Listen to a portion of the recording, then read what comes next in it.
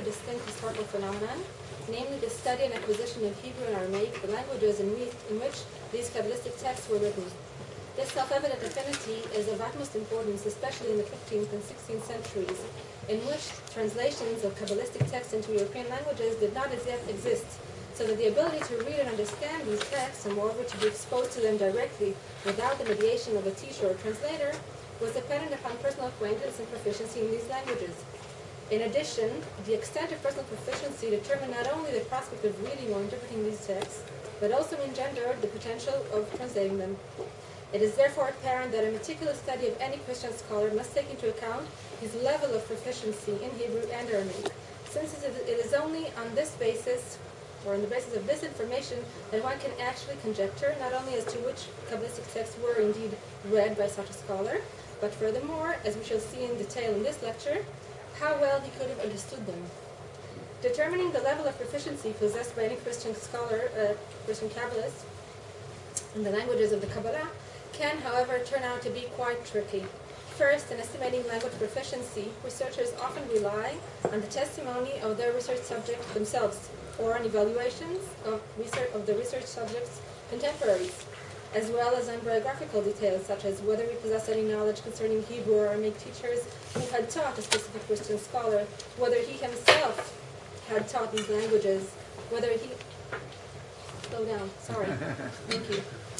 Whether he had written grammar books, and whether he had produced translations from these languages into Latin.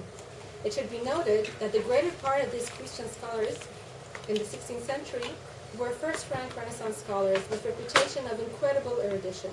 To some of them, Pico and Postel included, a quasi-legendary appeal of unprecedented genius and erudition was attributed.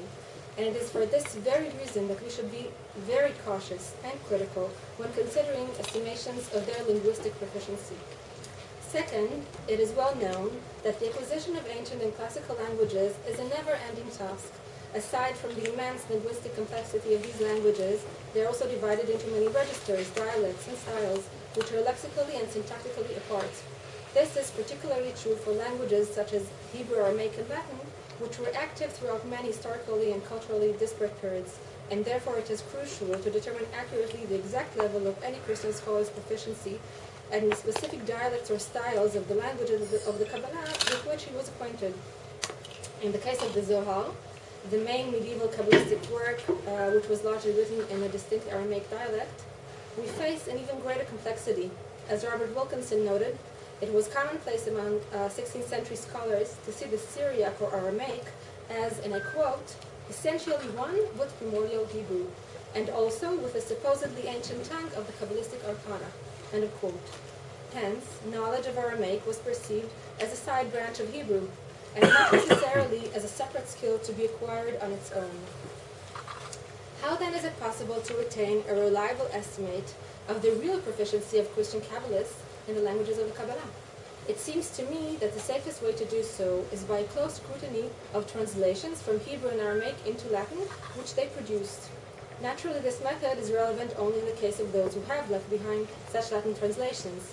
In today's lecture, I wish to present a preliminary sketch of Guillaume Postel's proficiency, mainly in Aramaic, as you've noticed the title has changed, based on his translation of the Genesis portion in the Zohar, which he completed in 1553.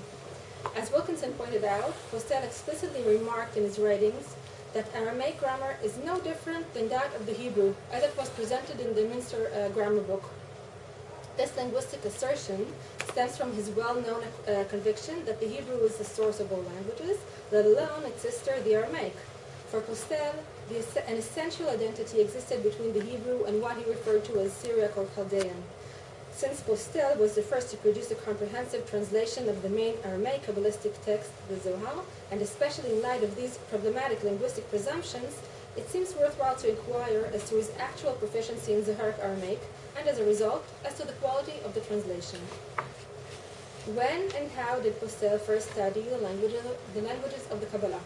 As far as Hebrew is concerned, we know that already in his 20s, as a student in the Collège Sainte-Barbe in Paris, when he delved into many languages, Postel also began to study Hebrew. He did this on his own, only with the aid of the Hebrew alphabet, a Hebrew grammar book, and a Hebrew book of Psalms, which he received from Jews living near the Collège. By the age of 28, 15 years before the completion of his Zohar, he was already employed as a Hebrew professor in the College for Three Languages founded by Francis I. And in this period, he also published a book on the origins of the Hebrew language. As to Aramaic, to the best of my knowledge, we do not have any information concerning the way he acquired it, nor whether he did actually study it. Let us now turn to Postel's Zohar. Fortunately, the autograph of this opus has survived, and it is located in the Sloane Codex of the British Library in London. It consists of 627 manuscript folios in Postel's hand, which are bound according to the order of the parashot, the Torah portions, and include a preface by the translator and commentator. The first few folios of the preface are missing in the autograph and could be reconstructed according to a copy found in the München Staatsbibliothek. Postel's commentary is written inside the Zoharic text and is usually limited by parentheses, not always. However, it is very clear that what we in fact have in front of us is not a commentary, but rather a vast project full of ingenuity, whose aim is to project Postel's messianic radical vision on the Midrashic and Zoharic narratives. As I've mentioned above, this lecture will restrict itself solely to examples found in the Genesis portion of the Zohar.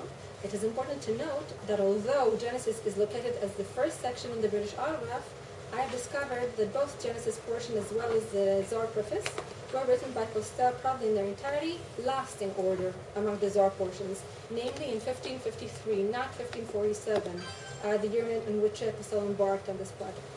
This is of significance for our study insofar as we can assume that the quality of the translation of Genesis is the latest, and hence the best, and most mature among the different parts of the Zohar translation, and that it represents the Postelian Aramaic of the Zohar at its best. That said, I'd like to open with a general characterization of Postel's Aramaic and the examined corpus, and then we'll examine in detail a few examples in order to illustrate some linguistic issues arising from the translation. And a final remark before we continue. As I mentioned, Zoharic texts presented in English are copied from the Pritzker edition, and Postel's Latin translations and comments, when presented in English, were translated by me for this lecture and should therefore not be considered as an authorized text. Let us begin with praise. The translation in front of us is full-bodied, fluent, and self-confident, and very few corrections are apparent on the manuscript. My linguistic discussion will be divided in two, dealing separately with the lexical and the syntactical levels, and I'll begin with Postel's lexical proficiency. In this aspect, it can be safely asserted that Postel rarely encountered perplexion. He was well acquainted with the majority of Zoharic Aramaic words, and in cases of uncertainty, he found impressive and original solutions. Whoever is familiar with Postel's writing will not be surprised, neither by the genius of his originality, nor by his flexibility in regards to language. On the basis of Renaissance concepts, he considered all languages as originating from one common source, the Hebrew. That is why he did not hesitate to find connections between distant languages, such as between Hebrew or Aramaic and classical Greek or Latin. This method he designated by the term emethology, deriving from the Hebrew word emet, truth, expressing clear disrespect toward the critical idea of etymology, derived from etymos, the Greek critical truth. It is on the basis of emethology that he interprets, for instance, the Hebrew word for paradise, Gan Eden, spelled by him with an H as Heden, words which are indubitably of Semitic source, as deriving from Greek. Gan from the Greek verb denoting creation, like the suffix gani in modern Latin vernaculars, and Heden from hedone, that is pleasure and delight. Nevertheless, one finds occasional erroneous translations that are clearly the results of his lack of familiarity with some Zoharic Aramaic lexicon. It is important to stress that it is very common to find variants as well as copy mistakes in Zoharic manuscripts, and we therefore can never be absolutely sure whether Postel erred or translated a text different than ours. This lecture is too short to present a significant amount of examples, and we are forced to make do with only one example. Nonetheless, having translated a significant portion of Zohar Genesis, I feel quite safe in determining whether an awkward translation is due to a different original or to Postel's mistake. The following is an example for a mistake. The Aramaic word matlanim, derived from the root natal, which is quite common in the Zohar, usually means journeys, travels, or walks. However, a survey of the different ways in which Postel deals with this word shows that he did not know what it meant. And so he gives a different translation for each occurrence according to his understanding of the context, and also in light of one meaning of the root natal, a meaning valid also in Hebrew, namely to take, litol. In the following two examples, the Zoharic context is the mystical journey of the letters and their punctuation or intonation marks. In the first example, taken from a well-known paragraph in Zohar, part 1 of 15 Reto, Postel explains that the body and spirit, or the letter and intonation marks, take or receive upon themselves their expression or vocalization. גוף האטוון ורוח הנקודי, כולו נטלה במתלנהון בתר תנועי, בקיימה בקיומן. The letters are body, the vowels spirits. All of them range in motion after the intonations and hot rhythm. Corpus sunt literae spiritus auto puncta, universa verum assumum torum sua produzione, posta centum, stabiliuntum et stabilimentus sua. This translation is based on Postel's understanding of the context as referring to vocalization of letters, which together with the root natal, in its meaning as taking, evokes the aspect of realization of the letters and intonations. In the second example, matlanin is understood in a different way, quite the opposite of the original meaning of journey, and also remote from the aforementioned meaning of self-realization. Here, matlanin are the Latin mansiones, that is, abode, habitation, or a dwelling place. יזהירו עטוון ונקודי, ונערים כחדה במתלניו, ברזה דסתימו במתלנותה, כאינום שבילים סתימו. Will shine, letters and vowels, shining as one on their journey, into a mystery of concealment, a journey on concealed paths.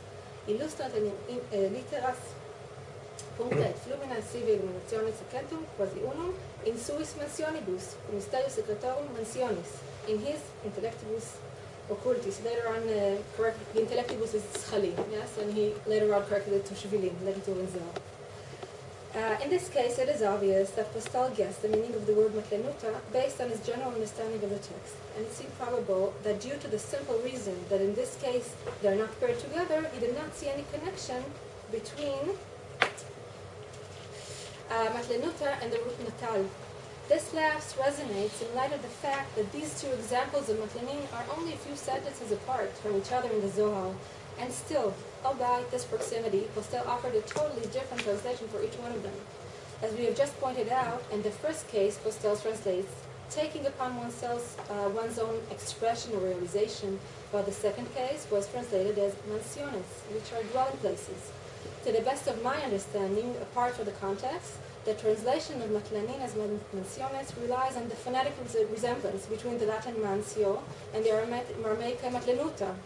And considering this word at its full form, matlenuta, before the nun of the root natal was slowed up.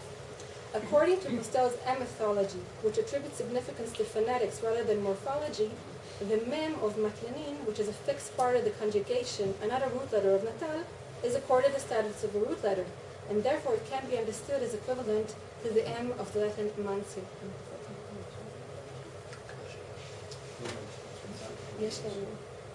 Sorry.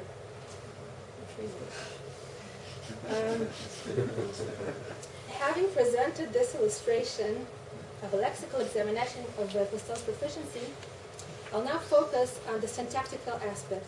I would like to begin by saying that in reading Postel's translation, I've come to recognize that its main weakness does not ensue from lexical problems, but rather from those of grammar and syntax. I have observed a great many examples of erroneous, arbitrary, and sloppy diagnosis of Aramaic lexical categories, and would like to present just a few examples which will illustrate this assertion under two separate headings. The first consists of punctuation mistakes, and the second of erroneous analysis of lexical categories. However, naturally, these two are often intertwined. I begin with the following, which is an example of sentence punctuation mistake. Yes. Very famous. Taninan, Kol Shlomo de'itmo b'shir hashirim, v'malka d'shlama dilel. We have learned every Solomon mentioned in the Song of Song connotes the king to whom peace belongs. Tradunt omnes, and this is Postel's comment, des constans et firma et traditio, Celomo quidicitur incatico canticorum es de rega qui est pax illa quam habet, and in this case I'm translating Postel. Everybody says, that is, that tradition is constant and firm. Solomon mentioned in the Song of Song connotes, etc. The importance of this example, which I've chosen, does not lie in the distorted meaning per se, but rather the disconcerting effect of Postel's failure to translate such a classical formulation in Midrashic literature. This formulation is a conventional pseudo-Tannite introduction, starting with a declaration, we have learned, Shaninu, or in the Zohar Taninan, followed as after a colon by a rule or a saying on which the rest of the homily is constructed. In this example, it seems that Postel does in fact recognize the general formula, yet punctuates the sentence erroneously due to a misunderstanding of the words, and adds a comment in parentheses, which accentuates his mistake. Postel's translation is, everybody said. Solomon mentioned in the Song of Songs, etc. Instead of the correct translation, we have said, every Solomon mentioned in the Song of Songs, etc. And in his comment, he clarifies that the fact that everybody says so means that this tradition is sound and credible. This mistake is due to two misreadings. The first is an oversight regarding the verb, which is actually in the first plural, not the third. And the second is an inaccuracy in the translation of the word kol, instead of the correct every, as everybody, omnes, which is not acceptable in Aramaic. Furthermore, after the coupling of kol with Taninan, everyone says, he was left with the following. Solomon mentioned in the Song of Songs connotes the king to whom peace belongs. As stated, the difference in meaning in itself is not that dramatic. This time, his mistake merely softened the tone of the homily. I will now present two examples which exhibit errors in the recognition of lexical categories, an issue which was touched upon in this example concerning punctuation. As I will demonstrate, it is evident that the misapprehension of lexical categories in Postel's translation is a substantial problem and not a one-time mistake. Moreover, a general impression is that Postel's knowledge in Zoharic Aramaic morphology was rather partial, if not to say intuitive. For this lecture, I've chosen two examples of mistakes with regard to common and central Zoharic words. The first is an adverb, common in discussions concerning symbolism, as well as in other contexts. The Zohar often discerns between a word, a name, or an image, appearing independently, and the very same word which appears adjoined to another word, which changes its symbolic meaning.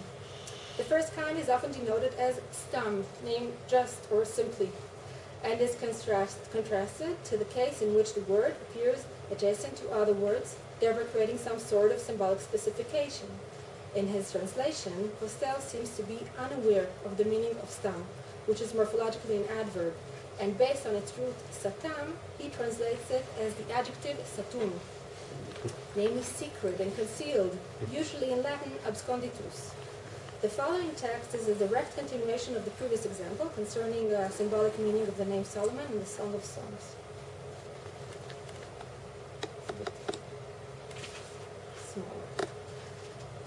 תנינן, כל הערה של פוסטל, שלמה דאיתמר בשיר השירים, במלכה דשלמה דילי, הערה של פוסטל, במלך סתם ונוקבה.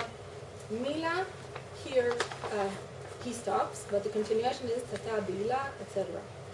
We have learned every, Postel's comment, Solomon mentioned in the Song of Song connotes the king to whom peace belongs, Postel's comment, while king, anonymous, connotes the female thing. This is the part that Postel translates. The rest I put in parentheses. Tradunt omnes, Postel comment, Selomo quidicito incantiko canticorum es de rege quies praxila concabet, Postel's comment, de rege abscondito in femina lege. This is a classical example of the use of stam in the Zohar in order to differentiate between disparate symbolic meanings.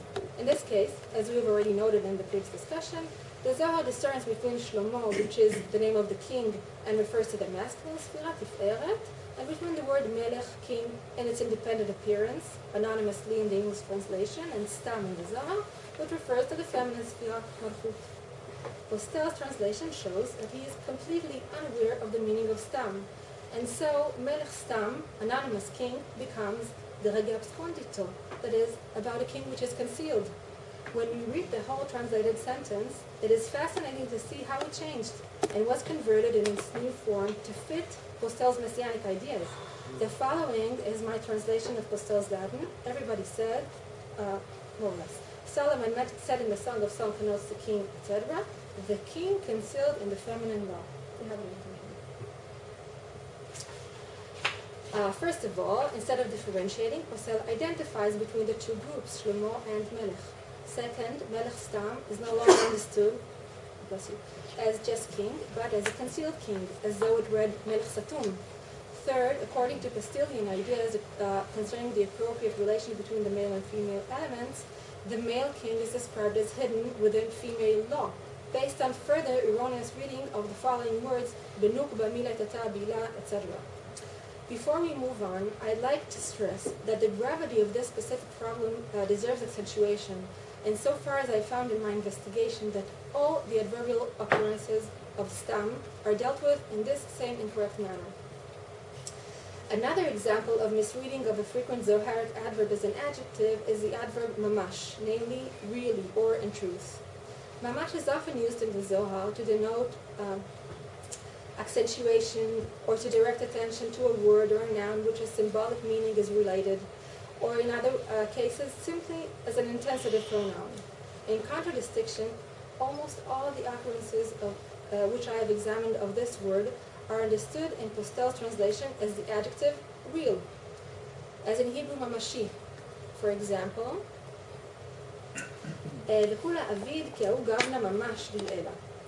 Fashioning everything exactly as above, Postel's comment, and this is extremely extraordinary, that it would be tangible and sublime or lofty or incomprehensible.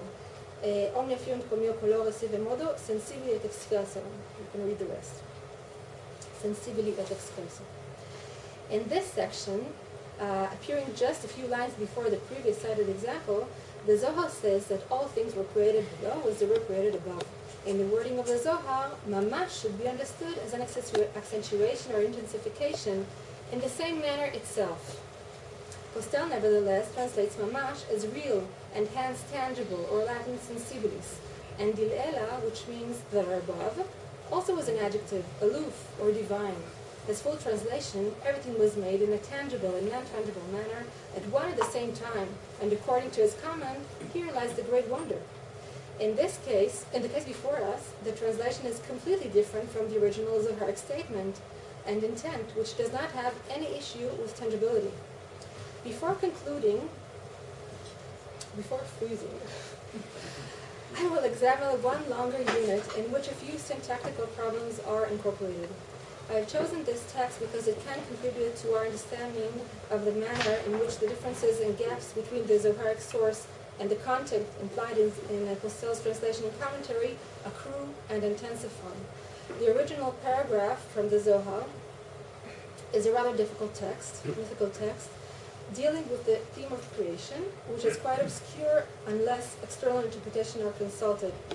Please note that even the English translation brought here from the Pritzker edition incorporates extensive interpretation.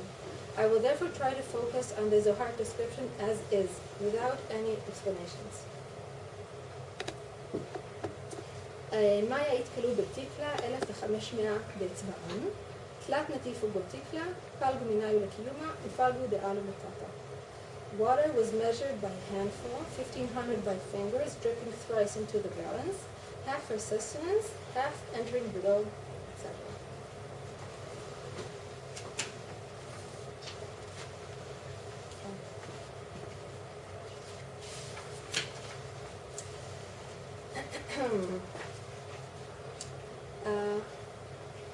The translation is in the bigger font, and the rest is the comments.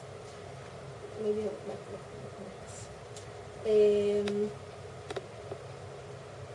Well, it's actually ignore this. Qua pensa sunt in nanche mille quingenti, cum digitis tribus, tilaverunt in medio lancis, divisae sunt in de instabilimentum, et divisae sunt contenerent de orsum.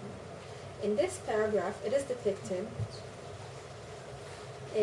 how water was weighed on 1500 scale in fingers. This is very obscure. 3 drops were on that scale. Half of them were intended for existence or stabilization, and so they went up, and the other half went down. A close look in Postel's translation shows that his understanding of the different grammatical categories, and as a result his understanding of the translation of the text, are at best very loose. I shall point out his errors in order of appearance. 1. As I've mentioned, The subject of the sentence is maya, water. Still, Postel ignores this word and implements the verb itkalu on the subject, either omnia, which is everything, probably letters, it doesn't matter, but it's not water, mentioned earlier in the text. In other words, he either chooses to ignore or feigns to recognize the grammatical limitations of the text and inserts his personal understanding of the content instead. 2. In Aramaic, as in Hebrew, cardinal numbers appear before nouns, and it is therefore impossible to connect between the word three and the word fingers, but only between three and drops, netifu. Postel's Trinitarian motivation to find in the text an image of three fingers is quite understandable. Indeed, as you could see in this slide, on these three fingers, he bases an elaborate messianic calculation with 1,500 years for each Joachimite-like era, 500 years for each of the three fingers, and to this he adds a few eras which bring him to the Hebrew count of 5,459 years. Later on in this text he also stresses that the fingers are naturally tied together and cannot be separated. In a Trinitarian context, this is of course a crucial remark. Well, it would be irrelevant for an image of three drops, which is the one actually found in the Zohar. Unfortunately, grammatically, there is absolutely no way to read three fingers in this text. 3. Netifu is not a verb, but a noun, meaning drops. Hence, the three drops on the scale. In Postel's translation, however, three fingers are dropping drops on the scale, conceivably alluding to some sort of imagery of baptism. This is another example of erroneous diagnosis of grammatical categories, which is later on the basis for the previously noted, mistake. 4. This sort of mistake perseveres, as kalgu, which is also not a verb but a noun, meaning a half. Postel translates it as a verb, to divide, hence the translation were divided from him. In order to accept this translation, we would expect in this case a verbal form, such as, for instance, pligu or itpaligu minayhu. To summarize, this is an example of how erroneous translations distort the Zoharic description, as we're left with the following. Everything was weighed on the scale, 1,500, with three fingers. They dropped into the middle of the scale and were divided from there into stabiliment, and were divided so they were spread downwards. I wish to conclude. Based on a careful examination of Postel's translation and commentary, of which I have shown today only very few examples, I have reached the conclusion that while his proficiency in the lexical aspect of Zoharic Aramaic is in general satisfactory, his proficiency in the syntactical aspect is much more problematic. It seems that he was not at all well versed in Zoharic Aramaic grammar. He often errs regarding the identification of grammatical categories, and as a result errs in the understanding of whole paragraphs. In this lecture, I deliberately chose examples of misreading of common and central words in Zoharic rhetoric. I also presented one longer example, exhibiting a few mistakes built one on top of the other, to emphasize that these syntactical errors comprise and form a distorted translation on which comprehensive comments and interpretations are based. However, my intention in this lecture was not to disgrace the Zohar translation, nor to denunciate it as a failure. I believe that these conclusions concerning the quality of the translation should be the basis of a better understanding of the Zohar's projective significance for Postel as a concept and as a text, and on the other hand, of the nature of the relations between translation and interpretation in this very impressive corpus. Thank you.